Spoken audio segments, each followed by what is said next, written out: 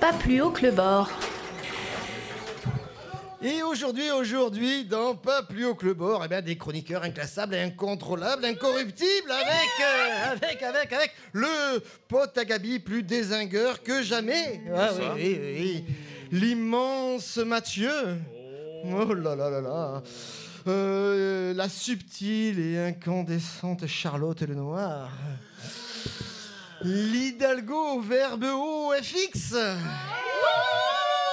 L'irrésistible Lorenzo. La sulfureuse Santa Maria de las Pacotillas. Et notre philosophe maudit Baruch d'Espignolade. Et tout de suite, évidemment, nous donnons la parole à notre pote à Gabi. Cher pote à Gabi, comment allez-vous ? Eh bien, très bien. Bonsoir. Ça faisait longtemps quand même. Hein. J'en parle justement. Bonsoir Christophe, bonsoir à tous. Je sais Christophe, je sais, comme tu l'as dit, ça fait longtemps qu'on m'a pas entendu sur les ondes de Pas plus haut que le bord. Et je sais que tel Pénélope, guettant inlassablement le retour d'Ulysse, ou tel ce militant se désespérant d'entendre enfin un discours un peu pertinent au Parti Socialiste, je sais donc que tu te languissais langoureusement, versant des soupirs sirupeux, te caressant doucement dans la moiteur de ton intimité. Allons Christophe, on est à la radio quand même. Et en direct en plus. Bref, pour mon absence, j'ai eu une très bonne excuse. Je me suis paumé dans la concordance des temps. Et du coup, je savais pas trop quand j'étais. Et de temps, justement, parlons-en, puisque j'aimerais vous entretenir de l'événement majeur de ces 2 dernières semaines. Mesdames et messieurs, le 21 octobre 2015, Marty McFly était de retour vers le futur. Ouais. Oh. Alors, oui, t'as bossé, toi. Pour donner cette référence à ceux qui, comme Christophe, étaient trop vieux en 1989 pour voir le film à sa sortie, Retour vers le futur est une trilogie qui cause donc de voyages dans le temps. Dans le premier, Marty va dans le passé pour sauver ses parents et accessoirement jouer Johnny B. Goode.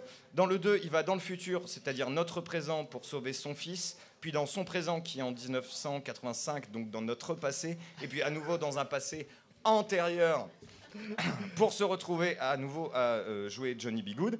Et d'ailleurs, ça me fait penser, quand on y songe, je pense Retour vers le futur, c'est un peu le concept d'une émission enregistrée la veille pour le lendemain, sauf que c'est après-demain cette année, et des fois c'est dimanche, mais ce serait adapté par Robert Zemeckis. Bref, dans le 3, il va carrément au Far West pour aller voir les ZZ Top, se rend compte que Retour vers le futur, c'est vachement mieux, avant de s'apercevoir que son ami Doc est déjà retourné dans le futur. Je suis plus clair là.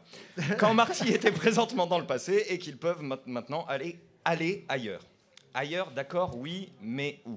Et surtout quand ? Moi, je sais pas vous, mais si on m'offrait une machine à voyager dans le temps, je ne saurais pas où aller. Je hais la pensée passéiste. Je me répète, fidèle à mes principes, nos futurs. Et mon présent a l'air justement partagé entre ces 2 conceptions, passé ou futur, que je vomis également. Je m'explique. À ma droite, Nadine Morano qui passe du blanco avec acharnement sur l'histoire de France et qui sans complexe réaffirme son attachement au concept de race dont il est vraiment difficile de se débarrasser. À ma gauche, à ma droite du coup, gauche, je sais plus laquelle, ça se mélange tout le temps. Ça dépend la gauche de qui quoi. À ma gauche, Apple qui enregistre un chiffre d'affaires de 419 milliards de dollars, soit l'équivalent du PIB du Portugal. Donc 50 milliards, dont 50 milliards de bénéfices. Elle devient la première entreprise à atteindre un score d'une telle importance et affirme son statut de premier colonisateur du continent virtuel.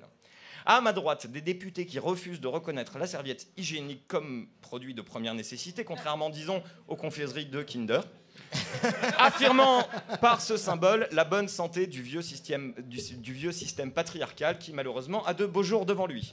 À ma gauche, à nouveau, Google qui vient de développer une application, ça c'est pas des conneries, qui vient de développer une application pour les migrants équipés d'un smartphone pour avoir des infos pratiques sur la météo marine, l'accès aux routes, etc., etc. Et alors là, le cynisme... Non. Plus. Ah non. À ma droite, des gouvernements qui nous rejouent le mur de Berlin en barbelant tout azimut leurs frontières contre les réfugiés, le droit d'asile n'étant plus, lui non plus, un produit de première nécessité.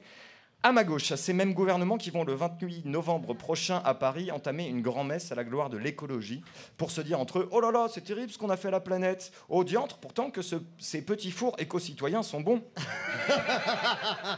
Et au milieu de tout ça, attendant un présent plus que perfectible, des centaines de migrants, des centaines de sans-papes dans des prisons, des millions d'exclus, sans souvenir, sans espoir. Bref, comme le faisait remarquer Dahu dans une précédente chronique, on est en droit de se demander si le futur a un avenir. Et On s'inspire en ce moment de figures du passé que je vomis et mon présent est vraiment plus qu'imparfait. Alors bon, malgré ce que je peux reprocher au film, le ailleurs que propose Doc à Marty me semble la seule tangente possible. Un espoir ou une utopie, que sais-je. C'est sans doute ça notre perspective à conquérir, pour reprendre les mots de Google. Tout en se méfiant de l'utilisation de l'histoire, tout en se défiant des perspectives d'avenir que nous font miroiter des mondes de science-fiction qui ne leur ressembleront pas dans 30 ans. Un jour dans le métro, j'ai été pris d'une crise de panique en voyant une pub pour SFR dont le slogan disait « On n'arrête pas le progrès, on l'accélère ». Et ça m'a terrifié. Puis j'ai passé une nuit dessus, j'ai réfléchi, et si finalement le progrès, c'était d'apprendre à ralentir. Wow. Bravo, le pote à Gabi. Ah oui. Alors, finalement, on en a des philosophes dans le coin, dans le secteur.